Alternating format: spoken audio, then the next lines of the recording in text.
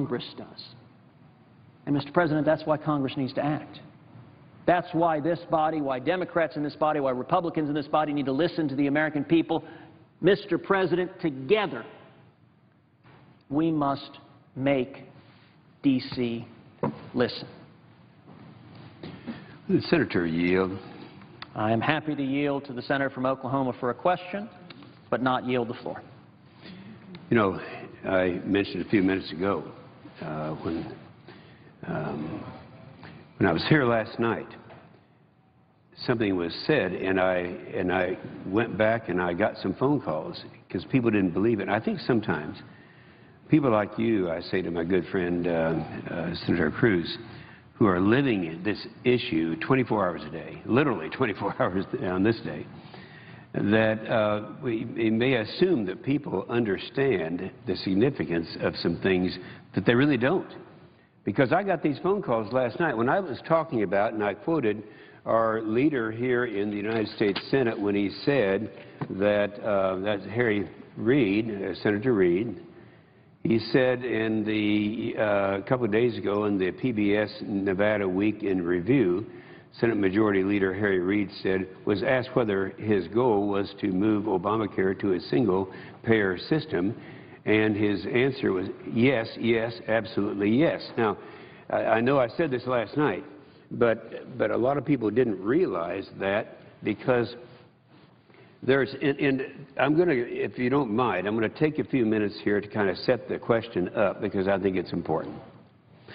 As the occupier of the chair will remember, since he was in the other body when I was elected many years ago to the House of Representatives, at that time, I recall now, at that time, nobody thought that Republicans would ever be a majority of anything, the House or the Senate. And I know that would have pleased the occupier of the chair. And you know, it's kind of interesting because we became very good friends, and yet we're philosophically apart from each other. But I observed four things.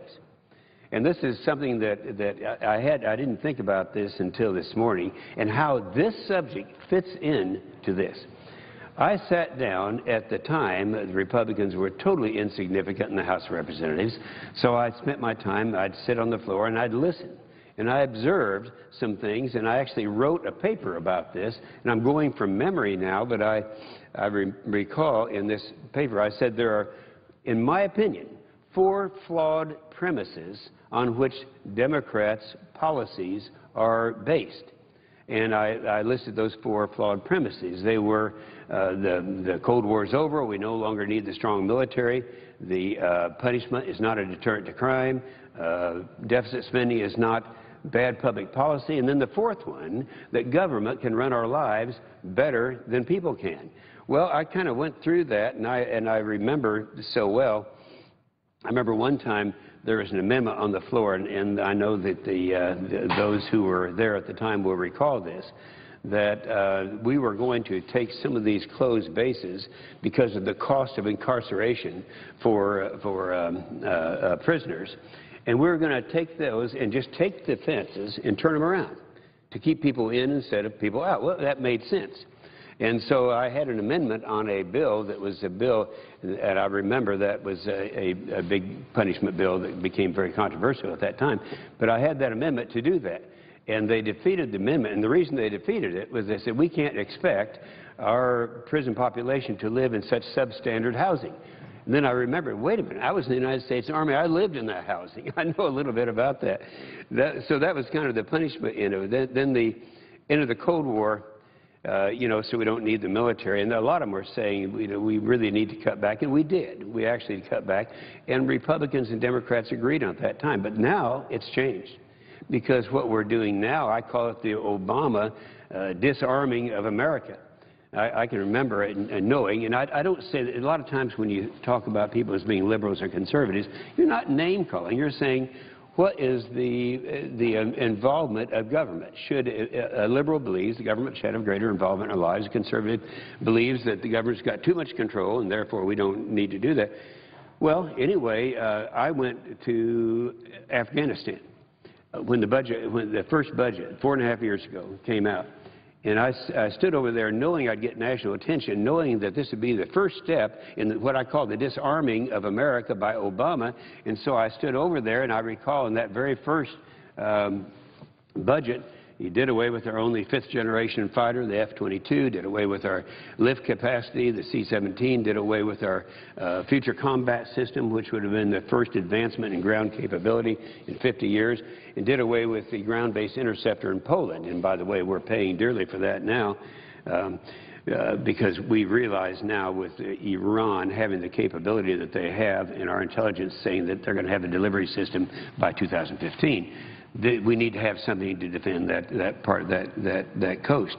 Then we went through, and of course, if you extend the budget of this president, it took $487 billion out of the military. So I just want to say that that is true. This is after several years, way back when I was in the House of Representatives. Deficit spending, not bad public policy. That's something that we have heard quite often and from some of our more liberal friends on the other side. But the fourth thing is government can run our lives better than people can. Now, this goes all, I tell my friend from Texas, this goes all the way back to the late 80s that this observation was made by me. And that is exactly what we're looking at today. A recognition by some people that somehow government can run this system better than people can. And last night, when I was honored to stand with my good friend from Texas, I recalled having been here back during the Clinton administration, and we had a thing called Hillary Healthcare. Now, that goes right along with the same thing. So a lot of people, my phone calls last night that I got after being on the floor with you, were people saying, well, I don't even remember that. I don't know we tried that before. And at that time, the big point here is they thought it was over. It was done. We're going to have Hillary health care. And as Senator Reid said, yes, a single-payer system. This is what they want. And this is what they wanted back in the middle 90s. So we had Hillary health care, and they thought it was over. They said it's over, we're not going to win this thing, and consequently, you know, a lot of people actually believe that. And last night I talked about after we finally had victory, it happened that there's a full-page ad in the Wall Street Journal by the AMA saying that we embrace Hillary health care because they thought, you know, they thought they're going to lose the thing. Anyway, that's kind of where we are today. At that time, they thought there's no way in the world we're going to win this thing. It's going to be, we're going to be able to defeat it because it's a done deal. And I think that's why I admire our good friend Senator Cruz for having the tenacity and to stay in here and recognize that we went through this once before. If we did it once before, we can do it again. Because the recognition, the reason that Hillary health care lost way back in the middle 90s was that people realized that's socialized medicine. And again, you know, you ask the question. It doesn't work anywhere else. It doesn't work in Canada or in, you know, Sweden, Great Britain. Why would it work here? And the answer I know that they've never said, but they believe is, well, if I were running it, would. It's kind of a mentality that government can run our lives better than people can. And so I want to say one thing before I ask my question, and that is I've had a great blessing in my life, and that's getting to know a great American whose name is Rafael Cruz. Rafael Cruz came here the tough way to this country and recognized from his past experience what real freedom is. I have some quotes here that I wrote down because I use these quite often. He said, our lives are under attack. Obamacare is going to destroy the elderly, and by denying care, by even perhaps denying treatment to people who are in catastrophic circumstances.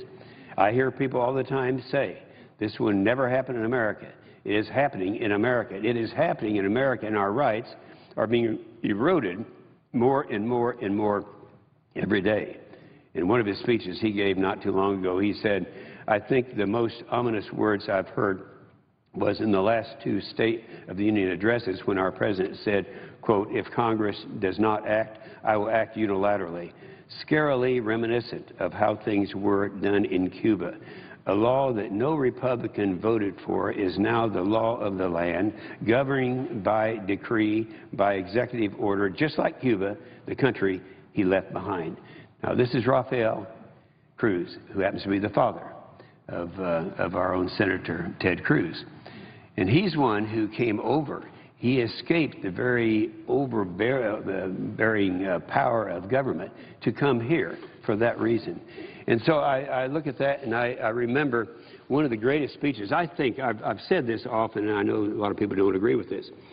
Probably the greatest speech I've heard in my life was Rendezvous with Destiny by Ronald Reagan. And in his speech, he tells the story of someone, it could have been Rafael Cruz, someone who is leaving, was escaping from communist Castro, Cuba, to come to this country and risking his life.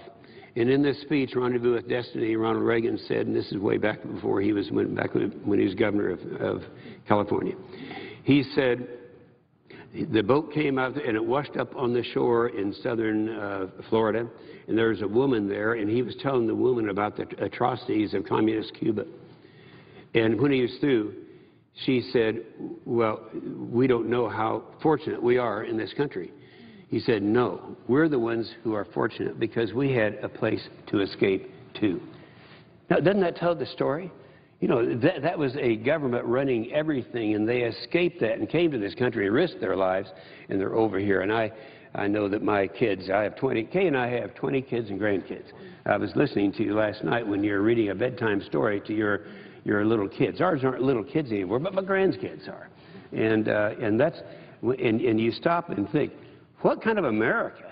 What kind of America are these kids going to be inheriting? Why is it popular now? Why was someone who believes government has should have a larger role in our life be reelected? What's happened to the American people and the values that we held for so many years so close to us? Well, that's a hard thing to answer. But I know there are several of them, people who have experienced that, leaving slavery to come to this country. And by the way, last night when I was reading the various things, I didn't have any of the statements from the people from Oklahoma, so I was reading from Louis Gohmert, who represents the eastern part of Texas. He had a lot of anecdotal stories from people in East Texas, just like Oklahoma, and we're not that far apart. But since that time, somebody called last night and they said, you know, you should be using stories from Oklahoma. Kay Matheson said, stand with Senator Ted Cruz, defund Obamacare. A single system health care provider system is nothing more than a socialist system.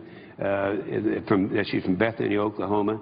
Sue, I won't give her last name because she didn't want it given, but she said, thank you. What's to protect people from being victims of identity theft with all these so-called advisors having access to people's financial and health care records? Why aren't members of Congress, the White House, and their staff included? Well, they should be included. We've been talking about that. The senator from Texas has been talking about that. We had, in a Twitter that came in this morning, they said, what allows the executive branch to pick and choose who must follow Obamacare and what parts to enforce. So we've got a lot of that stuff. But the thing I wanted to bring up last night, one of the things was something really good is happening. We're talking about the bad things, but there is another opportunity. We've got a great guy in Oklahoma by the name of Scott Pruitt. He's our Attorney General. In fact, I tell my friend Senator Cruz that while he was running for Attorney General, I flew him around. Aviation is kind of my thing. And I was flying him around the state, and I got to know him quite well. And he told me at that time that he saw this threat coming. And so what he has done is he has filed a lawsuit, and I'm proud to say that through the courts, through the courts are leading the charge to dismantle Obamacare and put an end to its owner's taxes. Just last month, a judge overseeing the lawsuit ruled against a motion filed by the administration to dismiss the case, which means the case will proceed. Well, that was a major obstacle. No one thought that he'd be able to overcome this motion to dismiss. So it's still out there. And the laws are train wreck. We know that. There have been several proposals to prevent further damage, and we need to defund the law. We need to make sure no additional taxpayer money would be used. Now, if he is successful, that will affect some 34 states who are in the same situation as Oklahoma. And if he is successful, that will pull the funding out of Obamacare, and it could be that just one guy in the state of Oklahoma will be responsible for that. So this is happening. yes, all the efforts that are taking place here, and primarily by my good friend from Texas. But we're in Oklahoma. We're involved in this thing too, and we're hoping to be able to have that opportunity. I want to mention one other thing, because this came in, and I'm going to read this, and it's a letter, and it's not all that long, but I think it's really revealing. It says, I cannot tell you how distressed I am with regard to the Affordable Health Care Act. This came from, her first name is Lynn in Oklahoma. This came in last night. The Obamacare. I'm fearful for my kids, now 18 and 20. This is the effect it is having right now. Employers are not allowing their workers to have full-time hours.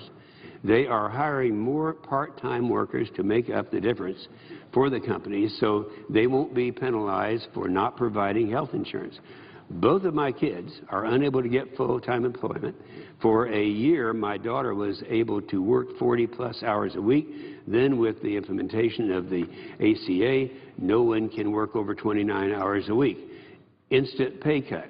My son, who just graduated from high school, finally found a job at a restaurant, and they give him 4 hours a day. He's still looking. Additionally, I have adult friends whose hours are being cut at UCOs so that they don't get penalized for not providing health insurance to their part-time people. Adults with families getting their wages cut. Now, this is just a normal citizen out there. This isn't a professional. This is what people are thinking, at least in my state of Oklahoma, and I think throughout the nation. Adults with families getting their wages cut so the employer doesn't have to pay for health insurance.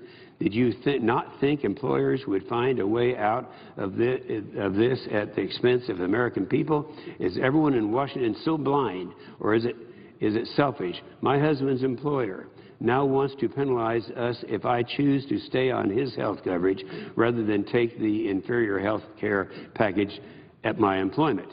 Mr. Inhofe, I dedicated my life to raising my kids and taking care of my family. I currently make $12.25 an hour, and I have a bachelor's degree, and it would be senseless for me to pay for health care on a salary when my husband's health care is so much better, and I've been on it for the last 13 years. 13 years she's been on something. She has to give that up.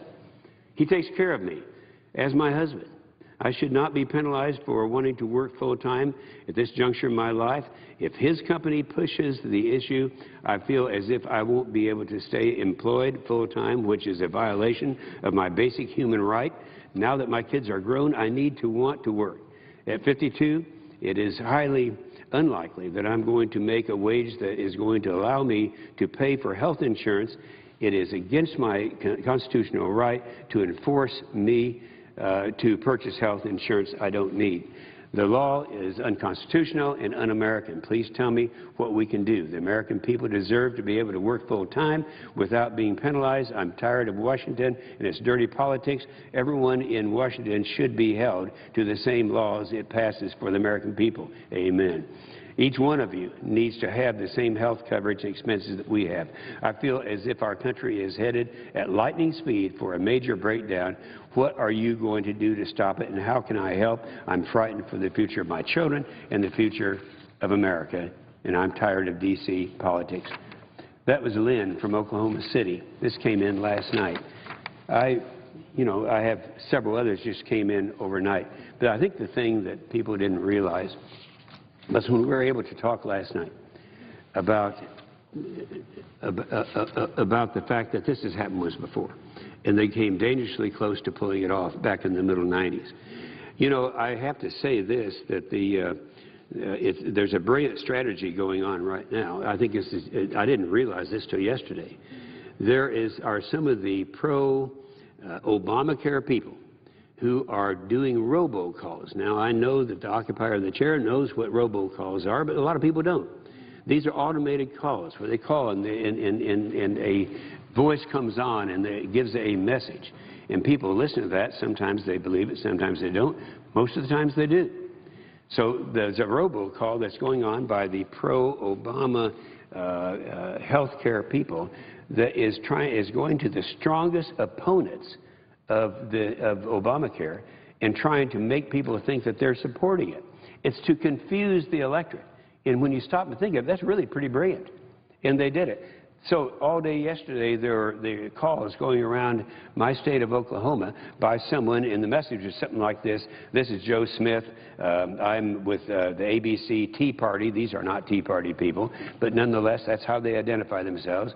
"Your Senator Jim Inhofe is supporting Obamacare, and you've got to call his office. This is what his number is," and all this. So we started getting calls, and people didn't even know that there are 14 of us who joined together with Senator Cruz about 6 weeks ago. And I was one of the 14 and one of the strongest supporters of his cause. And yet they're trying to make people believe something else just to confuse it. Frankly, it's dishonest, but it is brilliant. So when we're looking and we're seeing what happened, what is going on today, I do applaud my friend. I feel guilty, I have to say, to my friend Senator Cruz, because I left him last night at 10 o'clock. I went home. I had dinner. I went to bed. Got up, and he was still talking. That's the depth of his feeling about this. And I really believe that what we learned, the lesson, if we can remember back in the middle 90s, the lesson we learned there, when it was all over, we had lost, but we didn't lose, because the American people came to our aid.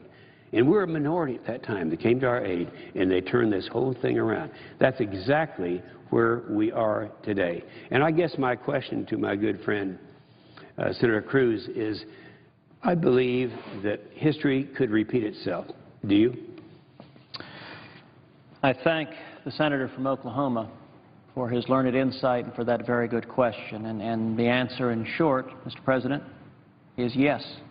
Yes, yes, absolutely yes, to use, I think, the same phrasing Majority Leader Harry Reid used when asked if he supports single-payer, government-socialized health care. You know, I'd like to make 3 comments in response to Senator Inhofe's question and his thoughts that he has shared with this body. The first is simply a word of thanks, Mr. President, to the senator from Oklahoma. Senator Inhofe is an elder statesman of this body. He has served many years. He has earned the respect of his colleagues on the Republican side of the aisle and on the Democrat side of the aisle. And from day one, when Senator Mike Lee began this fight, Senator Inhofe has been with us on saying Obamacare is such a train wreck, such a nightmare, such a disaster, that we should defund it. And I observed earlier, it's one thing for the young Turks, the so-called wacko birds, to stand in this fight. It is another thing altogether to see elder statesmen like Senator Inhofe, like Senator Pat Roberts, like Senator Jeff Sessions, like Senator Mike Enzi, standing with us. That is significant, particularly when the leadership of our party is publicly urging Republicans to go the other way. I am grateful for your friendship. I am grateful for your steadfastness. I am grateful for the senator from Oklahoma's principled and courageous willingness to fight for the American people. And I will say it makes a real difference. If you trust what's written in the media,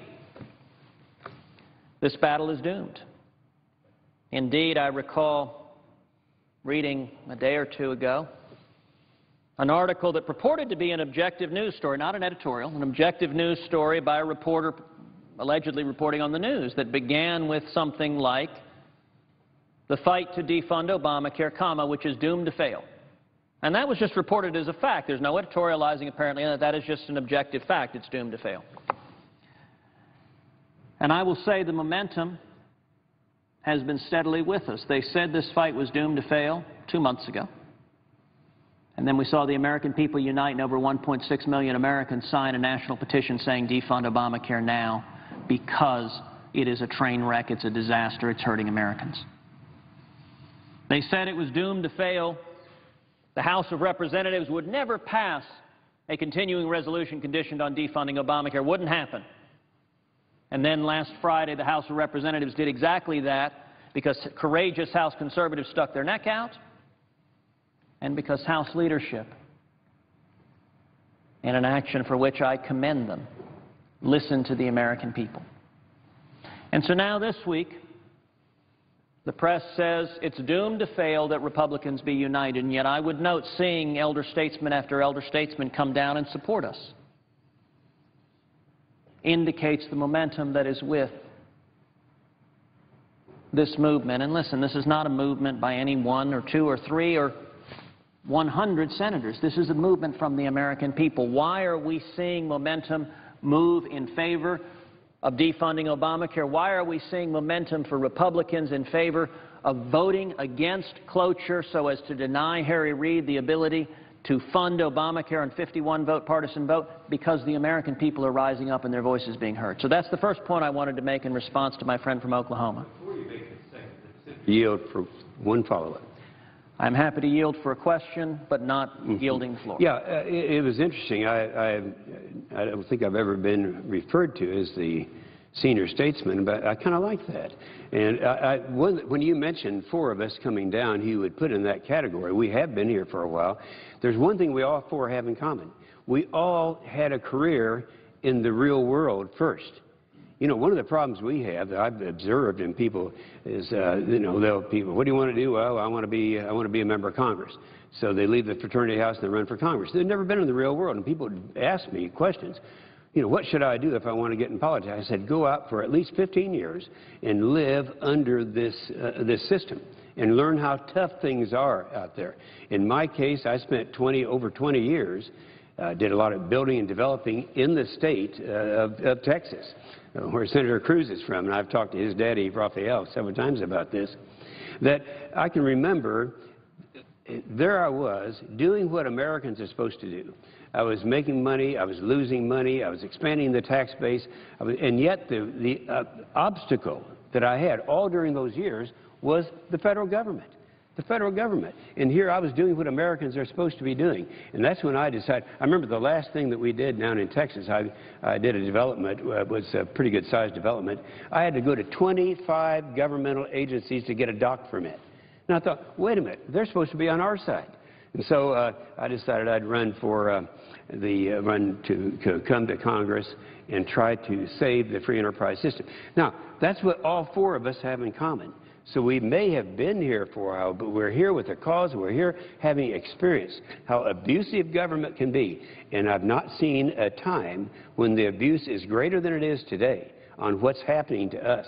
To think that we have a policy by the president, he's been able to sell the idea and get the votes to get it through, and now and it's socializing medicine, something that has failed year after year after year in every country where they've tried to do it.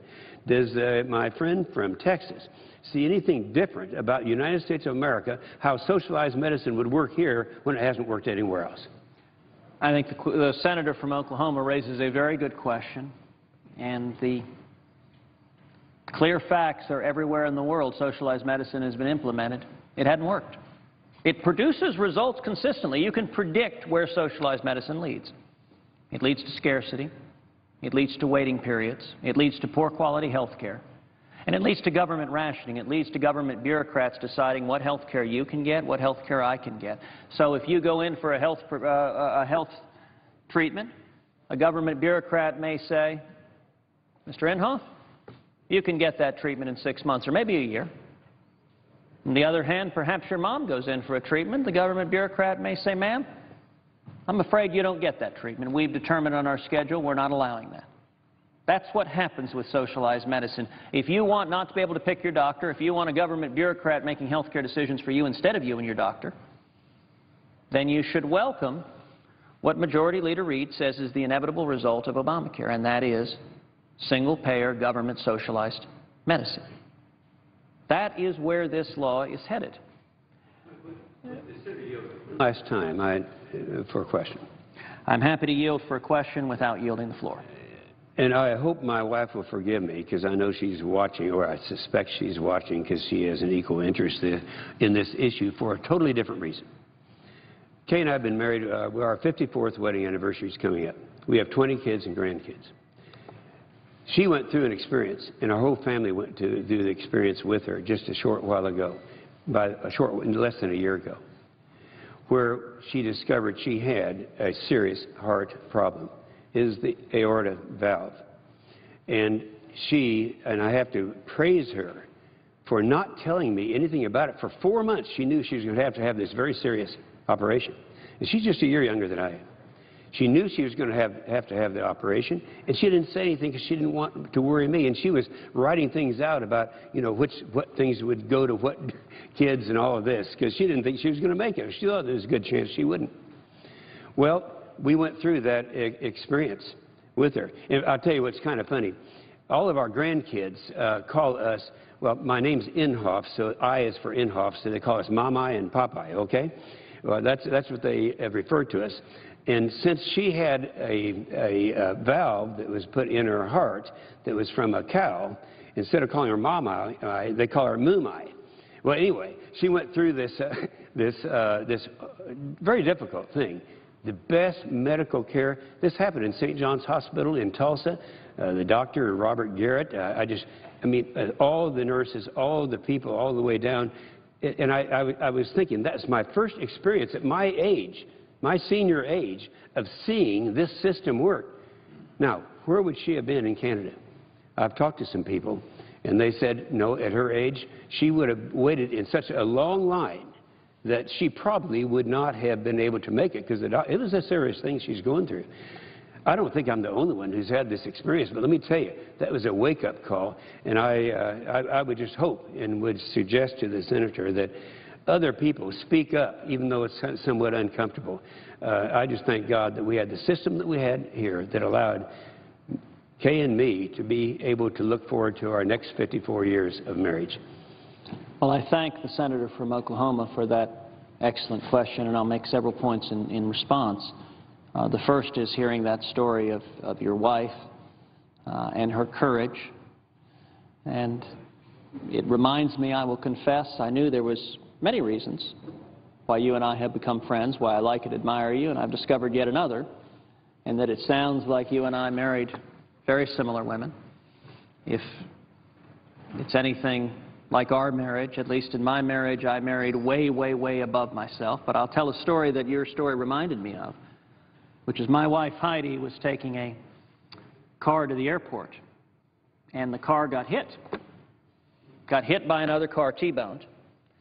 And the driver was very upset, and Heidi called 911. An ambulance came and took the driver to the hospital.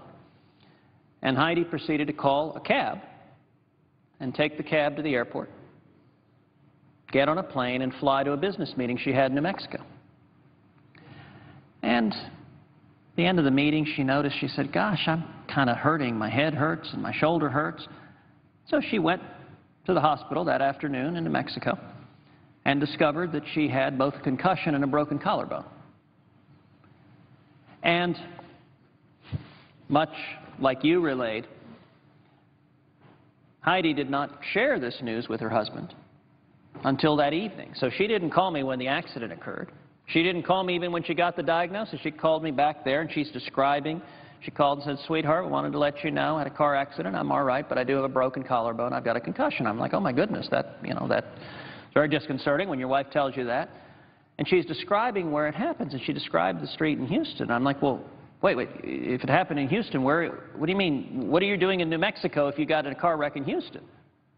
She's like, oh, well, I got on the plane and flew without going to the doctor with a broken collarbone, a concussion, and went to the business meeting, completed the business meeting before bothering to get treated. Now, let me say to anyone watching this, I do not commend my wonderful, love of my life wife's conduct.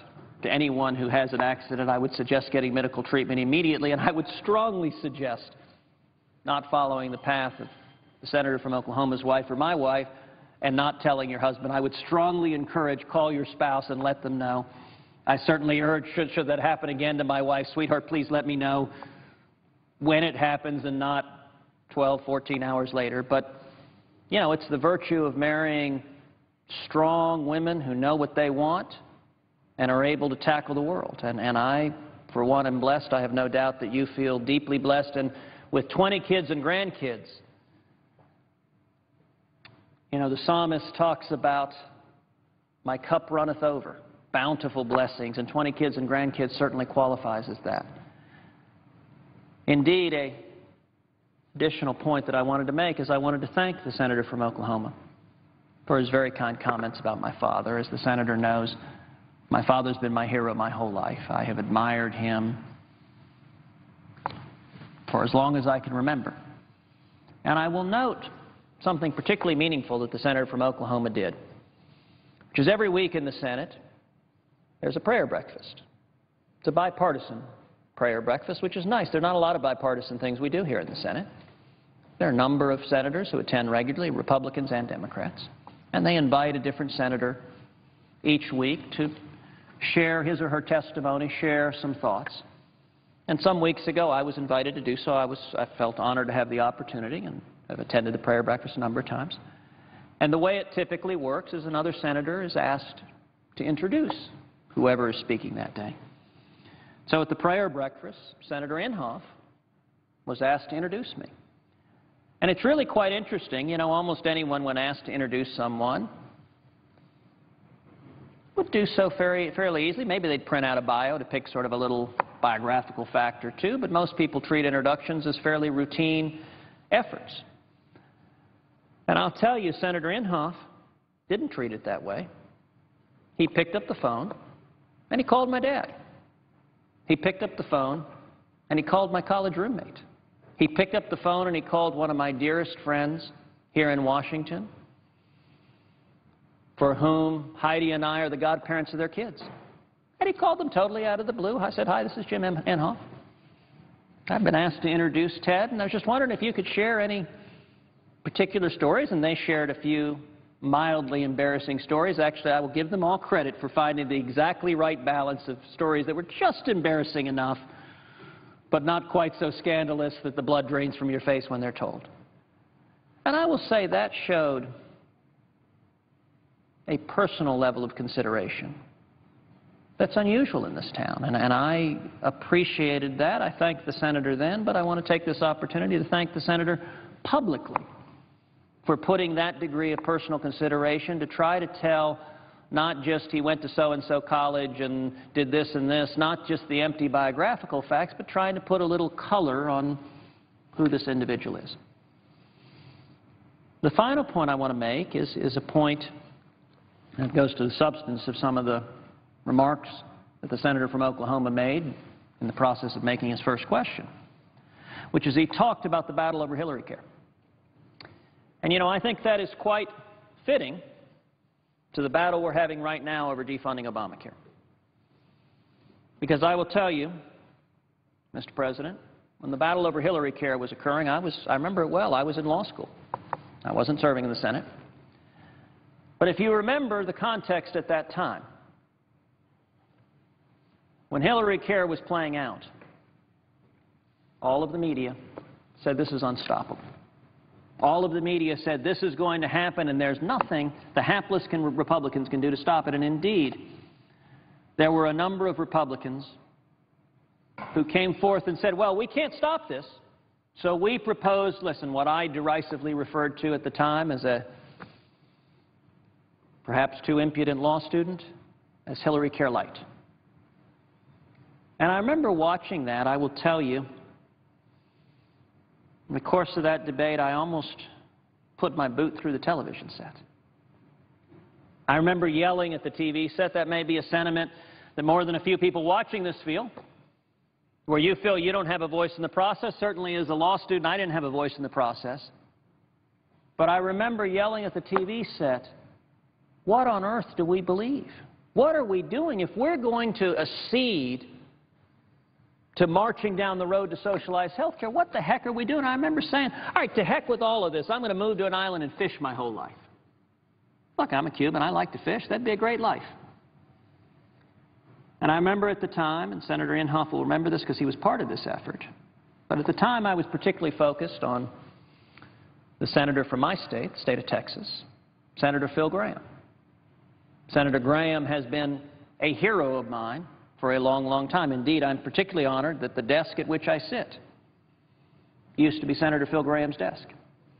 His name is written on the inside drawer. It's one of the curious traditions of the Senate is senators, when they leave the Senate, scrawl their signature on the drawer of the desk. You're actually encouraged to deface government property. And with some frequency, the next individual fortunate to have that desk appreciates it. And I find it an inspiration to sit at the desk that was Senator Phil Graham's. But I remember that at the time when it seemed the whole stampede in the Republican conference back then was listening to the media who said, you can't win, you must accede to this, Hillary care is unstoppable. And I remember Phil Graham walking out to a microphone and saying in his inimitable drawl, this'll pass over my cold, dead political body. And I got to tell you, when Phil Graham said that, it was fairly lonely. He didn't have a whole lot of allies when he marched out and did that. And as you know, because you were part of that fight and bear the scars from that fight, but that leadership, standing and fighting, ended up, it was very interesting. You saw Republicans kind of look all around. And Graham was standing there. And he didn't get killed. And they all essentially ran behind him and said, yeah, what he said. But I'm convinced if we hadn't had a handful of leaders back then who had the courage to not read the papers and believe, oh, we've got to concede, the papers say they've already won, we're going to Hillary care.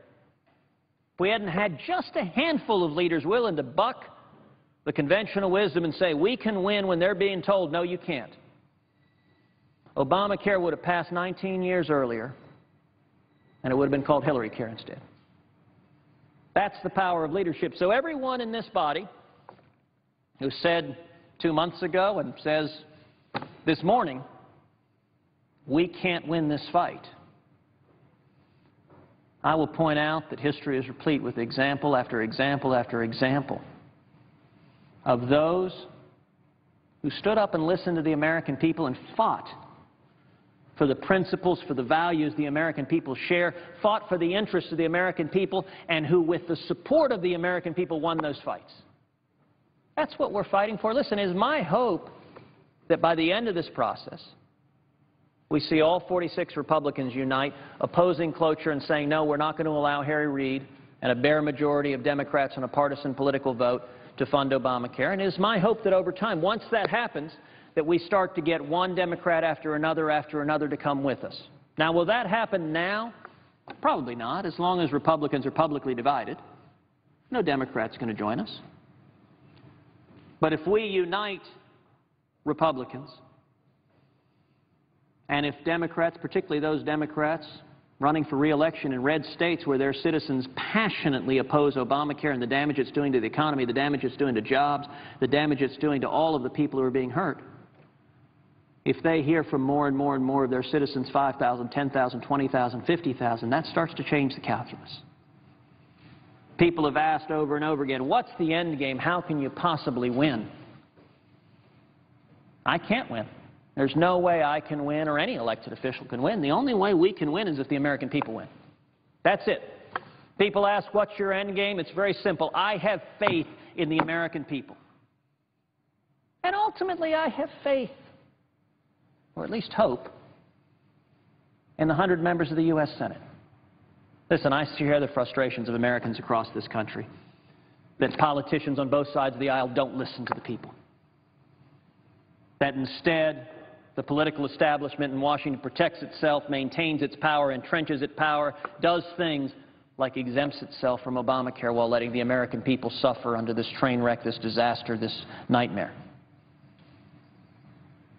But I also know at the end of the day that if enough people speak up, that every member of this body at some point is compelled to listen to the constituents he or she represents. That's why I'm so encouraged by the outpouring we have seen over the last 19 and a half hours. All of the people engaged, all of the people tweeting the hashtag #MakeDC.Listen.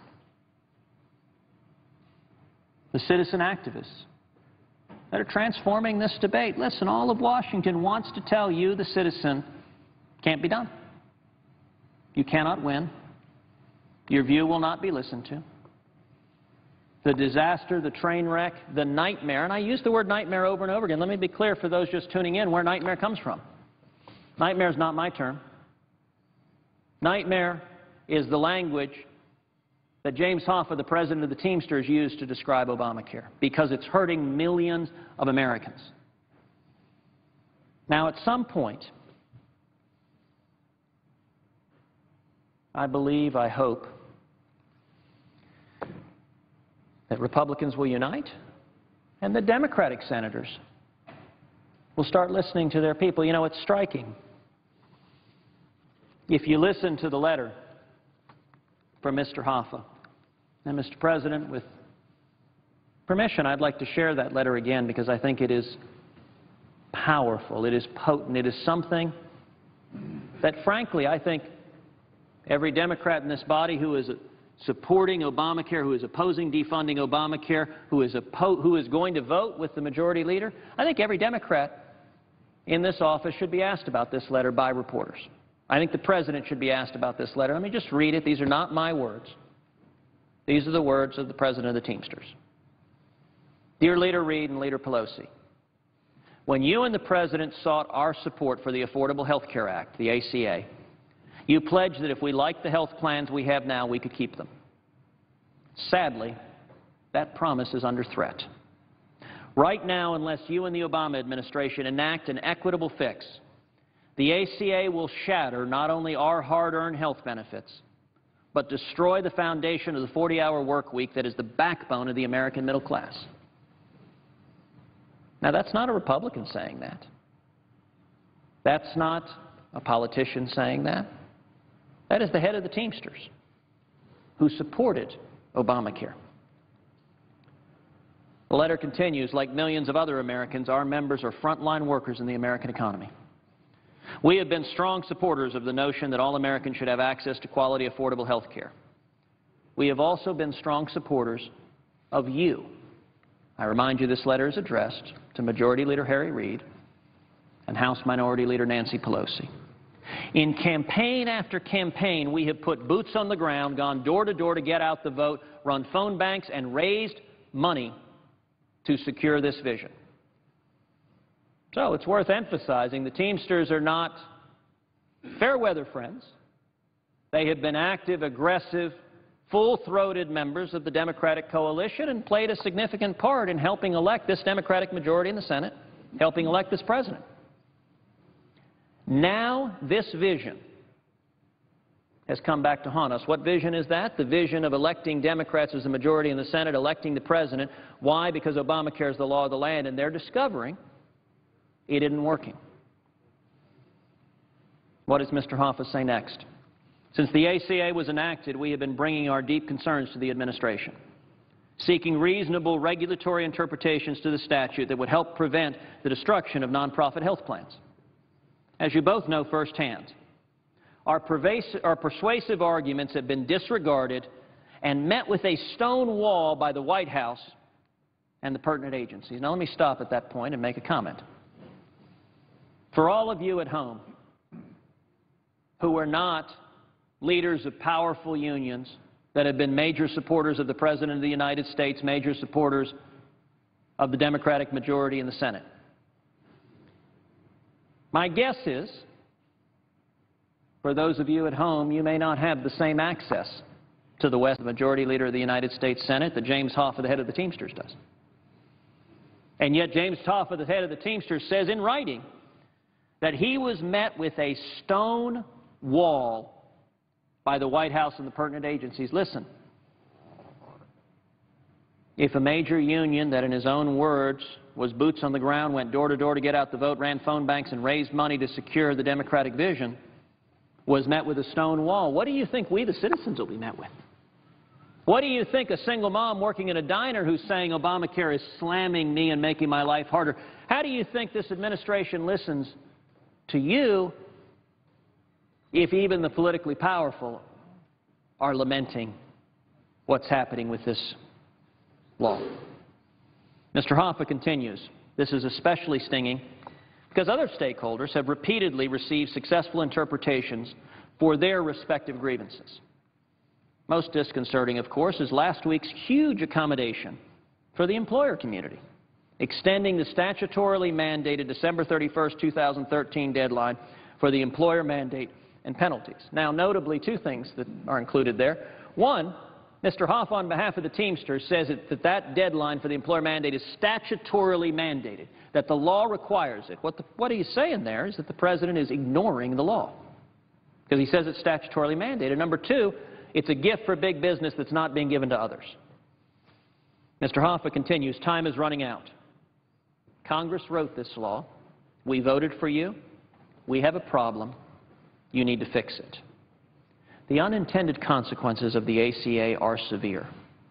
Perverse incentives are already creating nightmare scenarios. First, the law creates an incentive for employers to keep employees' work hours below 30 hours a week. Numerous employers have begun to cut workers' hours to avoid this obligation, and many of them are doing so openly. The impact is twofold. Fewer hours means less pay, while also losing our current health benefits. Mr. President, let me emphasize, this is the President of the Teamsters saying Obamacare is causing workers to have their hours forcibly reduced. That means less pay, and they're losing their current health insurance. Anytime the majority leader of the Senate goes on television and says Obamacare is working terrifically, this letter stands in stark contrast to that assertion. Second, millions of Americans are covered by nonprofit health insurance plans like the one in which most of our members participate. Those nonprofit plans are governed jointly by unions and companies under the Taft-Hartley Act. Our health plans have been built over decades by working men and women. Under the ACA, as interpreted by the administration, our employees will be treated differently and not eligible for subsidies afforded to other citizens. As such, many employees will be relegated to second-class citizens and shut out of the help the law offers to for-profit insurance plans. And finally, even though nonprofit plans like ours won't receive the same subsidies as for-profit plans, they'll be taxed to pay for those subsidies.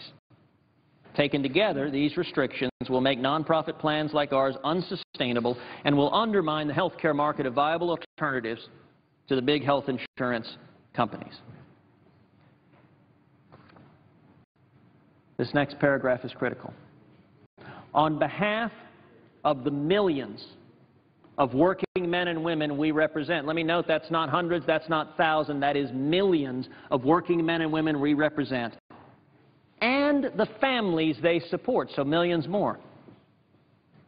We can no longer stand silent in the face of elements of the Affordable Care Act that will destroy, not weaken, not undermine, not slightly impair, destroy the very health and well-being of our members along with millions of other hardworking Americans. We believe that there are common-sense corrections that can be made within the existing statute that will allow our members to continue to keep their current health plans and benefits, just as you and the President pledged. Until those changes are made, however, that promise is hollow. We continue to stand behind real health care reform, but the law as it stands will hurt millions of Americans, including members of our respective unions. We are looking to you to make sure these changes are made. Signed, James Hoffa, General President of the International Brotherhood of Teamsters. When you've got the Teamsters coming out and saying this is hurting millions of working men and women and their families, it begs the question, if Mr. Hoffa can no longer remain silent, if the Teamsters can no longer remain silent, how long, Mr. President, can the Democratic members of the Senate remain silent? I have no doubt that Mr. Hoffa and the Teamsters received harsh criticism for this letter, because politically this letter was inconvenient for the party they have supported with time, blood, and treasure. But yet Mr. Hoffa said we can no longer remain silent because of the devastation being inflicted on the working men and women of America. If that's true, I'm hopeful that among the 54 Democrats in this body that we'll see first one, and then maybe two, and then maybe three, and then maybe a dozen. Democrats with the same courage that James Hoffa shows. The courage to say, listen, I'm willing to make a statement that is contrary to the political leadership of the party I belong to and I fought to. Now, to any Democrats who are contemplating doing so, let me note that bucking your party's leadership inevitably provokes a reaction, inevitably provokes expressions, and often strong expressions, of displeasure. But let me also encourage any Democrats, there are worse things in life than a few harsh words being tossed your way. To be honest, that pales compared to the suffering of the working men and women of this country who are losing their jobs, who are losing their health care, who are being forced into part-time work. Any politician who whines, "Someone said something mean about me," has totally lost perspective compared to the hurt the American people are feeling. So I am hopeful. I want to appeal to the better angels of our Democratic senators that you show the same courage Mr. Hoffa showed, to be willing to buck party leadership and speak out for the men and women who are your constituents. And I make that same plea to the Republicans, that you show the courage to buck party leadership and stand up to the men and women who are our constituents, who are suffering under Obamacare. Any Republican who votes for cloture, who votes to give Harry Reid the ability to fund Obamacare on a 51-vote partisan vote, is directly participating in and responsible for funding Obamacare. Now, if a Republican wants to say openly, "I don't think we can defund Obamacare, I don't agree with this fight, so I am siding with Harry Reid because on principle I think it's right," I don't agree with that. But I respect that view. You're entitled to that view. You're entitled to articulate that view. But I'll tell you this, I don't think you're entitled to vote with Harry Reid and the Democrats, give Harry Reid and the Democrats the ability to fund Obamacare, and then go to your constituents and say, "I agree with defunding Obamacare." You don't get it both ways. If we're going to listen to the people, we need to be honest with the people and tell them what we're doing. That's what this fight is about. Whether Democrat senators and Republican senators will listen to the people, we need to make D.C. listen. Will the gentleman yield for questions and comments without his yielding the floor? I am happy to yield to my friend from Louisiana for a question without yielding the floor. Well, I appreciate all the gentleman's comments and certainly his correct recitation about what the real impact of Obamacare is across the country, particularly to hardworking men and women. And the gentleman's right. You know, these descriptive phrases like nightmare, another one is train wreck. They're not his words, they're not my words. They're actually words from supporters of the law. Nightmare, as the gentleman pointed out, comes from the leader of the Teamsters, very powerful organization on the Democratic side politically that strongly supported the law.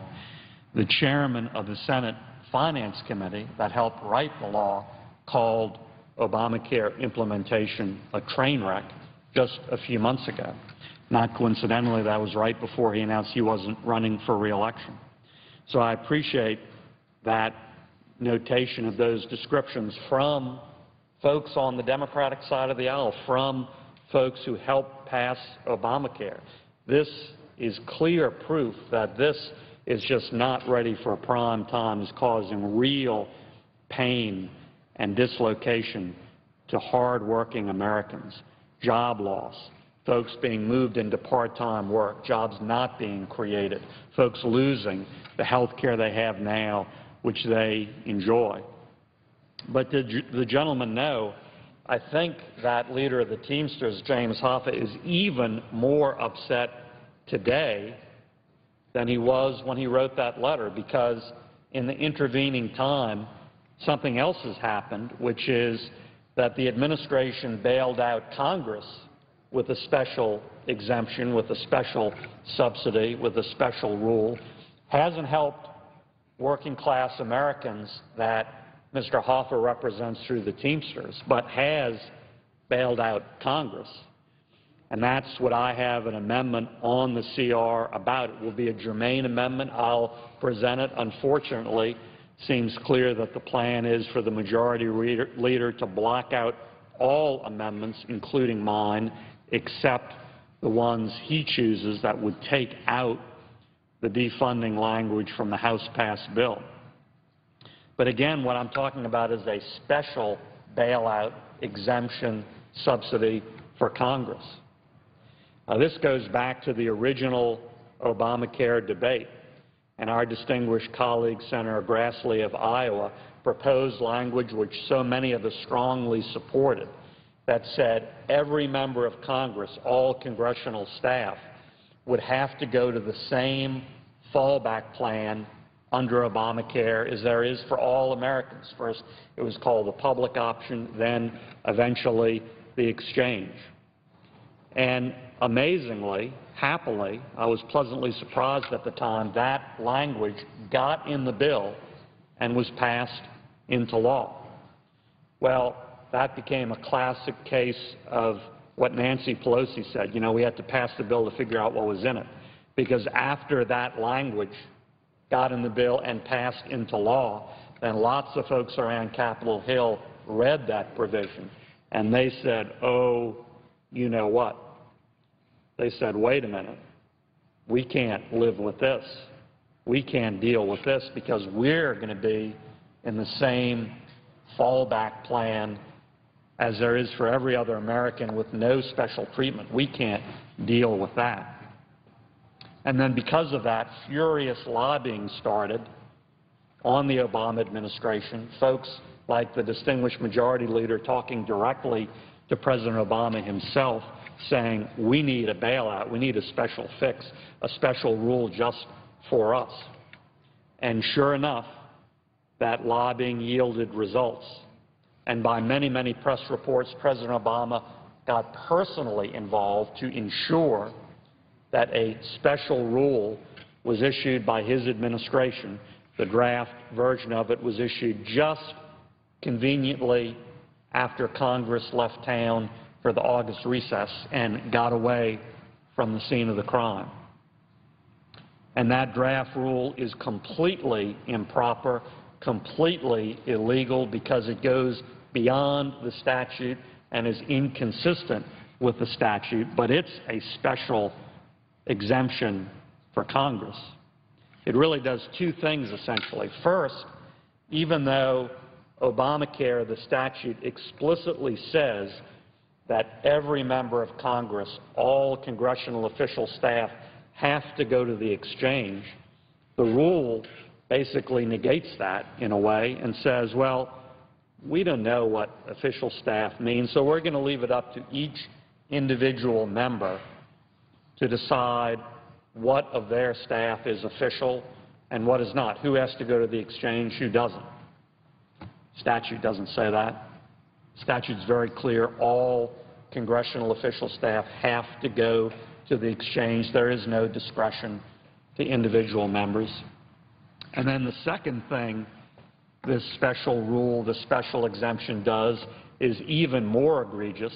It says, oh, and by the way, whoever does go to the exchange, members and whatever congressional staff do go to the exchange, they get a huge taxpayer-funded subsidy that follows them there. Now, that's not in the statute. That's nowhere in Obamacare. That's nowhere in that Grassley provision as passed into law. And in fact, there are other sections of Obamacare that make it crystal clear that employees who go to the exchange lose their previous subsidy from their large employer that they may have enjoyed previously. That's clear in the law, completely inconsistent with this illegal rule made up out of thin air. So Washington is getting a special exemption, a special bailout, a special subsidy completely unavailable to other Americans. Now, that's just not right. And that's why I have an amendment. I tried to present it last week, was blocked out by the majority leader. I'm here again on the CR. It's important. It's necessary. We vote, and we should before October 1st, when this illegal rule will otherwise go into effect. And my amendment is simple. It negates that illegal rule. It says, yes, every member of Congress, all congressional staff, and, oh, by the way, other Washington policymakers, the President, the Vice President, all of their political appointees have to go to the exchange with no special treatment, no special exemption, no special subsidy unavailable to other Americans. So if you are a lower paid staff member and you qualify by your income for a subsidy available to every other American who goes to the exchange at that income level, fine. That's certainly available. That's equal treatment. That's Washington being treated like the rest of America. But no special exemption or bailout or subsidy. Only those available to all other Americans going to the exchange. So we need a vote on this provision. It's directly relevant to the CR. It's directly relevant to this debate. And this illegal Obama administration rule will go into effect October 1st unless we act. That's why I demanded a timely vote last week. Unfortunately, was blocked out by the majority leader. He claimed after threatening and bullying didn't work, he claimed he had no objection to the vote, but still he didn't let it happen. Well, here we are in the CR debate, and that's why we need that debate and that vote now. But the problem is it's clear that the majority leader's plan, and it's clear that this upcoming cloture vote would block all that out again. The majority leader would get his select amendments to take out of the House bill the provision that defunds Obamacare, but nobody else would get any other amendment. I wouldn't get a vote on my amendment. There are plenty of other relevant and germane amendments. We wouldn't have votes on that. And that's the plan being laid out for this week, and that's what voting yes on cloture on the bill will enable. And so I can't do that. And I commend the senator from Texas for helping lead this fight, helping point out the dangers and the tragedies of Obamacare, particularly for working men and women, and for also supporting the broader effort to make sure, however America is treated, Washington should be treated exactly the same. You know, that really should be the first rule of democracy. The founders talked about that basic principle. Federalist Papers number 57 by Madison. He specifically talks about this basic principle. Whatever is good for America needs to be good for Washington. Whatever is applied to those who are ruled needs to be applied equally, in full force and in the same way to those who make up the rules. And that's what this specific part of this debate is all about. So I again thank the senator from Texas for his leadership on this and the general issue. And I would just ask, does he think now that that special exemption has come out since the Hoffa letter, would he guess Mr. Hoffa is more or less upset now that Washington has been protected, but the working Americans that Mr. Hoffa represents are still in the dire straits described in that letter?